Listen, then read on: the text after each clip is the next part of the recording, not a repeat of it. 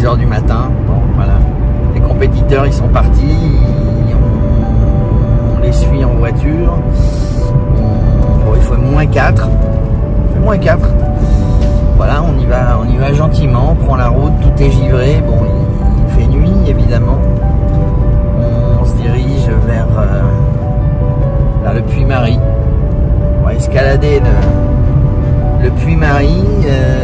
Ça sera beaucoup plus facile pour nous en voiture que vélo. Mais bon, voilà, on y va gentiment.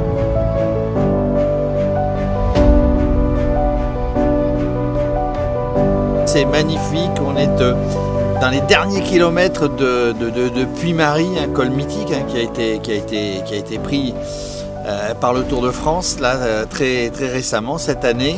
Les cyclistes ils sont dans la montée, là on est au col de Besse. C'est les derniers lacets, je crois qu'il reste 5 km, ce sont les derniers lacets avant d'arriver au mythique Puy-Marie. On attend, il n'y a personne, c'est silencieux. D'habitude c'est rempli de cyclistes, et là le col est fermé en haut, on est allé voir. Ça va être sympa, c'est la reconnaissance du Bike in Man qui aura lieu je pense fin mai, qu'on appelle le Bike in Man Aura, donc c'est Auvergne-Rhône-Alpes. Axel Carion, l'organisateur, avec son équipe, mais Axel il est sur les vélos, et puis Jacques Barge, un habitué de l'ultra-distance, ils sont en train de faire tout le parcours, on les suit pour valider la trace, pour valider les passages, pour chercher des checkpoints, le numéro 1, le numéro 2, voilà, ça va être vraiment sympa. Allez, on les laisse arriver, on les attend, ils sont dans la montée, et puis on essaye de recueillir leurs impressions.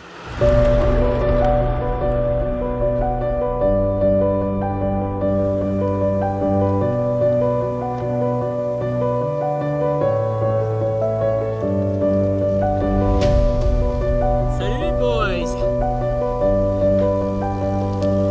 Radio Cyclo.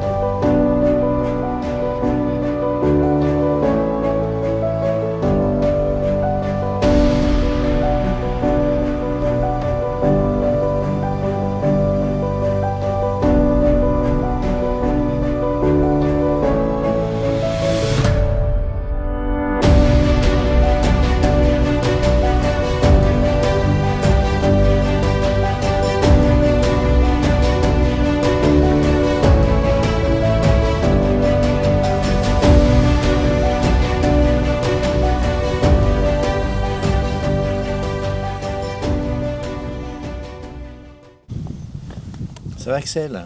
Toujours. Ça enregistre.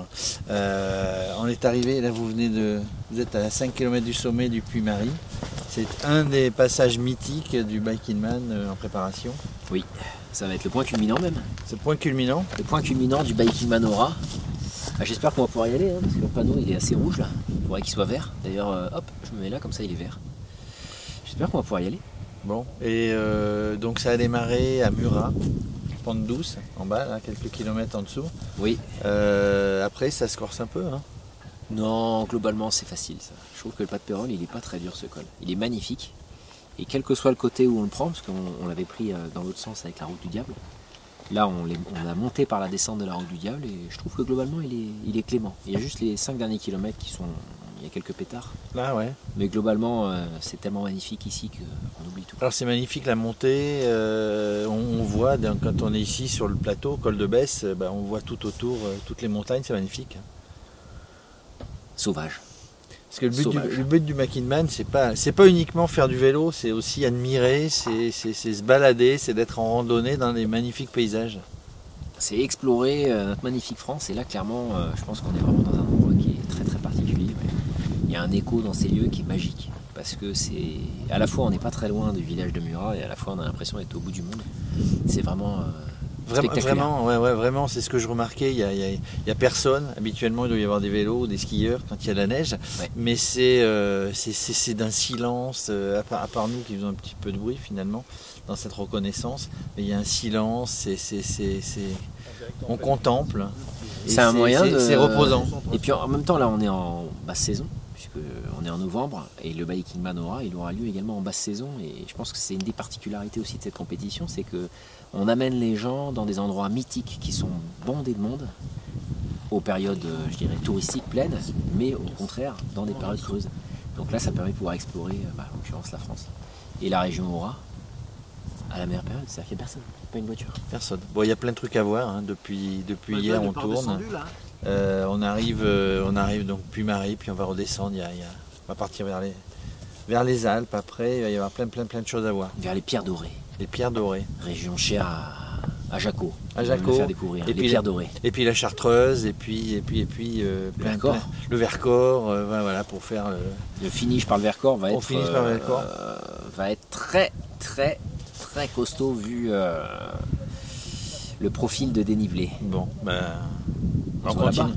On sera là-bas évidemment. Allez, on continue. C'est bien que, puisque mon surnom avec lui, Radio Cyclo, c'est comment mon surnom? La fesse. La fesse. Bon, vous Je savez, trouve que celui ça qui va faisait très les bien. micro-trottoirs. Ça lui va super bien. Celui qui faisait les micro-trottoirs, le machin, je suis la fesse du vélo. Bon, voilà. C'est la fesse du vélo. Bon, voilà, donc on continue la roco, et puis on va essayer d'être sur le plus de Biking Man possible. Il y a toute l'équipe, hein, vous allez voir dans ce reportage, il y a toute l'équipe qui est là, qui accompagne la cuisine, les photos, et puis Jacques Barge qui est avec toi. Mais Jaco, Et où, Jaco il est en train de se ravitailler là, Il est en train de se ravitailler. Il est en train de parce se que ravitailler discrètement pour pouvoir terminer ses 5 km. un des rois de l'ultra distance, hein, Jacques Barge. Donc, ça, c'est clair.